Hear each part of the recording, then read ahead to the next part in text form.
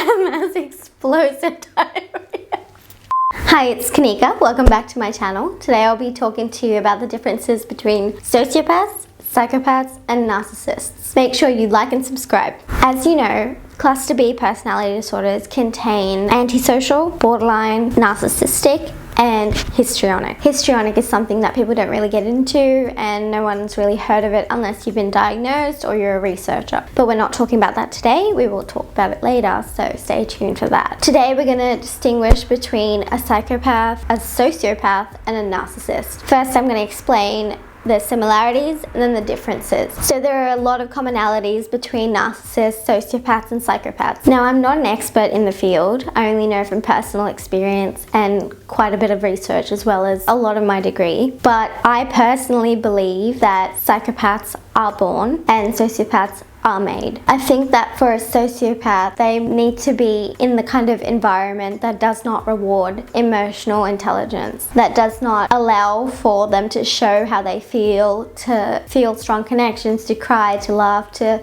be expressive with how they are. They can't tell people what they're feeling, and then eventually it's just like Darwinism, the strongest survives. The psychopath is shown to have muted response to certain stimuli and situations. So their heart rate doesn't necessarily increase to the same rate as a neurotypical when they see images of things that should elicit fear, rage, just emotional cues. I don't know if it's right to say that they are hardwired differently because I can't prove that, and I don't think scientists can prove that either at the moment. I think that is a lot of conjecture, but I do think that there is a slight difference. Psychopaths do tend to be a bit more organized, clean with what they do. It's said that they follow through, whereas sociopaths can sometimes just have bursts of impotent rage. Nothing will come of it because that kind of fizzles out. But a psychopath can calculatedly plan something out in advance and slowly carry out that task. An extreme example of this would be Amy from Gone Girl. It would take a lot of time and effort to orchestrate that kind of effect, so I wouldn't say most psychopaths are doing this on the side. That is something that is more attributed to a psychopath than a sociopath. So let's go back to what their similarities are. So that kind of superficial charm, it's made in the sociopaths just like everything else. They watch, they learn, they grow. They see what achieves the most results. The psychopath also does this, but they've been doing it for a lot longer. So they've manufactured responses that achieve better results. So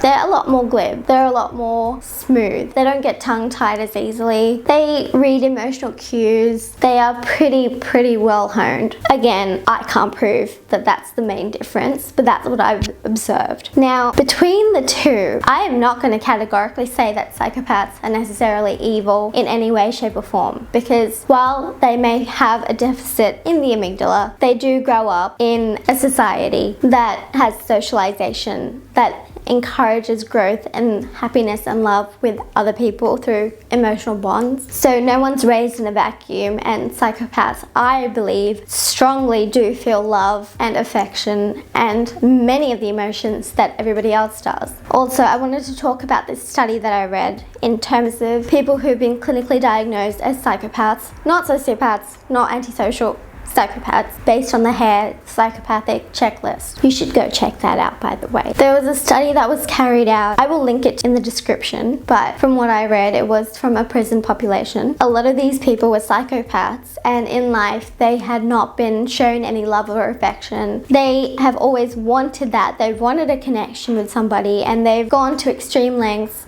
to foster that, but they know that there's something wrong with them, and they feel that, and they know it from the world around them, from the cues that they're getting. They don't understand why they feel the way they do, and it's really cruel that they can't seek help. And it's shown that the loneliness and the depression and the isolation that psychopathy causes, because they know that they can be an aberrant creature, and everyone doesn't fail to remind them at every chance they get. So it's shown that this loneliness has caused them to commit violent acts and violent crimes, and that's why the rates of murders and assaults have gone up. I'm not saying let's excuse these people because they have a personality disorder, but come on, let's open up the channels and let's let them talk and tell us how they feel. It's argued that sociopaths are kind of in a better state in that they're pretty much normal and they just need to be fixed. That's what some people say. The other people say that we have no chance in hell because apparently going to therapy makes us lie better and manipulate and all these sorts of things, which is not what I was doing when I was trying to go to therapy. I was trying to, not have suicidal ideation. I think that's what a lot of people were going there for. Anyway, so if a sociopath has been taught to be a certain way, they can be taught not to be that way. So there's a hope for sociopaths that is not shown for psychopaths. And just imagine you're a psychopath and you had no decision-making skills. Like at this point, you did not choose to do anything that you have done. And people are just putting their hands up and they are refusing you any help, any love, any community. Yeah, you might commit some violent acts. That's what I'm saying. But yeah, with the sociopath, it's more disorganized. It's kind of clumsy. It's not well thought out. The crimes, our lives in general, not really thought out. For me personally, I've switched degrees like 5 times. I've had 6 jobs in 1 year because I can't stay still. I can't do something. I'm constantly bored and restless and empty, and I just need some sort of stimulation. So a psychopath wouldn't do that. Let's look at like a prime psychopath. Let's look at Jeffrey Epstein. He would go into a school, where he didn't even have a degree or anything. He still got a job at one of the most prestigious schools in New York. Anyway, from there he goes into Bear Stearns. He stays there for the 5 years that he needs to. He builds the contact and he goes on to have an empire, and then, his whole child sex trafficking shit, but like that's horrible. I'm just like not using that as an example. But see how much discipline it would take to go and do that. Sociopaths don't usually tend to have that kind of discipline. We will start projects and we will quit them very easily. We don't really stay on one track for very long. I'm surprised I wrote a book. Like it was 5 years. I didn't think that was gonna happen. But yeah, so you can see the psychopath is very clean. They know what they're doing. And the sociopath is a bit haphazard and just staying where it goes. They're not calculated. They are conniving, but mainly from what they've learned in the environment. I'm speaking for myself here because I was diagnosed with antisocial personality, informally a sociopath. I'm kind of talking about my experience and what I've seen generally. It's been said that sociopaths do have the ability to feel some empathy and a little bit of remorse, and that psychopaths show no signs of either in any case. Again, not proven, could be wrong, but I'm just letting you know what I've heard. So yeah, you can kind of make the distinction there. What I'm trying to say is that the psychopath is more the planner. The sociopath is more of a joyrider who sees a car, takes it, goes for a ride because they're bored and they want to have fun. That's kind of what we do. It's not a tactical scheme by any means. And if we were to do a tactical scheme, let's be honest, we'd give it up in about 5 minutes. And now let's talk about the narcissist. Sociopaths and narcissists are different in a number of ways. Of course, they're both equally charming and glib and superficial and all of that stuff. Everybody knows that stuff at this point. There's one difference. If you have a conversation with a sociopath and one with a narcissist, you'll know the difference. Sociopaths, they love to talk about you because their ego is not their number one priority. They may have a certain idea for you. They may want to date you. They may want to be your friend. They may want to climb over you in the corporate ladder. But in doing so, they need to know about you. They don't need to kind of show you what's special about themselves until it comes down to it, because all sociopaths are narcissists and not all narcissists are sociopaths. And if I wanted to sidestep you in a political fashion, like what is me talking about myself going to achieve? Nothing. That's why the sociopath will not do that. The psychopath also will not do that. They will flatter you. They will comment on what you've done. They will study you with this intense ferocity. It's very much a concentrated effort. If I want to date you and I'm just talking about myself for 5 hours, are you going to stick around? No, you're probably not. A narcissist, on the other hand, man, do they love talking about themselves. And I know this because I am a narcissist. I don't intend to, but I do talk about myself a lot. I'll be there just like quietly trying not to say anything about my own achievements, and then someone will say, oh, I've written a book, or yeah, I was in that TV show, or I know how to sing opera too. And then I'll be like having a bit of a rage and being like, but I do that. No, that's something I do. You can't do that. And it's kind of like an instant response for me to do something like that. For most narcissists, they will talk about themselves. They will hype themselves up. They will make themselves seem like the best thing you've ever seen in your life. Again, could be true, could not be true. Most often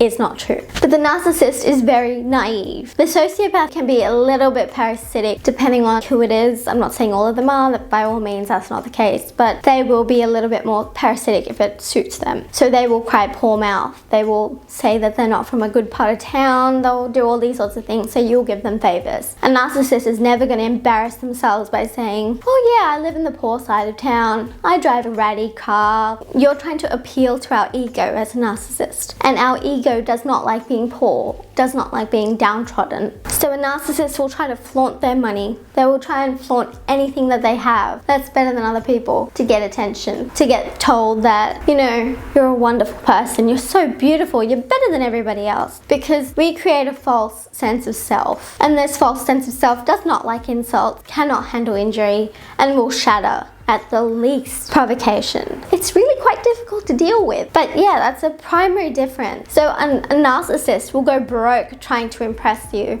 A sociopath will say, oh yeah, I was poor, you know, help me out, and wait for a handout. A narcissist is said to have a lot more empathy, a lot more remorse, a lot more guilt than a sociopath. I'm not sure if this is true, but I guess from what I've noticed, in most cases it is. Narcissists can also come off a lot more aloof and sometimes just downright rude. Antisocial people, they're actually really, really friendly. You would love to chat to them. They're bubbly and sweet and, you know, they tell you everything you want to hear. But a narcissist, they have that arrogance about them and they think that they should only really be speaking to someone at their level. This is not from a place of being evil. It's this thing that we've created within us that we are a certain type of person and therefore only people of our stature should talk to us. It's not the right way to think, but this is how we think. If you want to have an insight. A sociopath will get on your level. They don't care what's happening with themselves. They will project whatever you want to see. That's the primary difference. To sum up, psychopaths, born, not made, potentially, very tidy, fastidious, ready to plan, ready to clean, you know, very, very skilled. 2, sociopaths, disorganized, no empathy, made, not born, possibly parasitic, possibly just trying to live their life. And narcissists do feel remorse, do feel empathy to an extent, and will always talk about themselves, but will never do something that will harm their self-image and will always be somewhat naive. I hope you've enjoyed this video. I will be making another one soon, specifically only about narcissistic personality disorder. Please, again, like and subscribe, and see you soon. To those of you who wanted to see my cat, this is Wilhelmina. She's a Persian, a calico. She's very sweet and very wriggly, so I'm going to put her down now.